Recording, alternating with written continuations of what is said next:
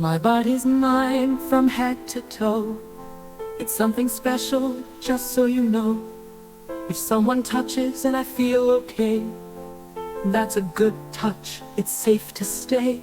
Like hugs from mom or dad's high five, or helping hands that help me thrive.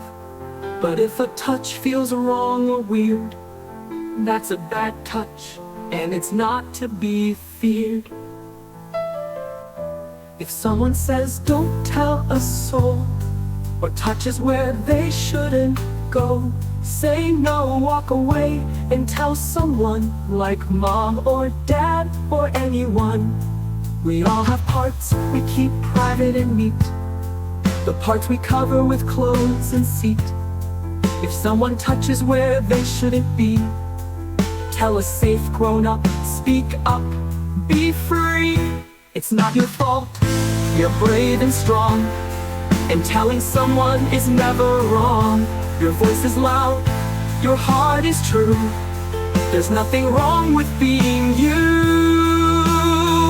My body's mine, I keep it safe.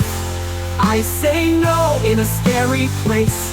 I speak up loud, I tell, I flee. Because I matter, I am me.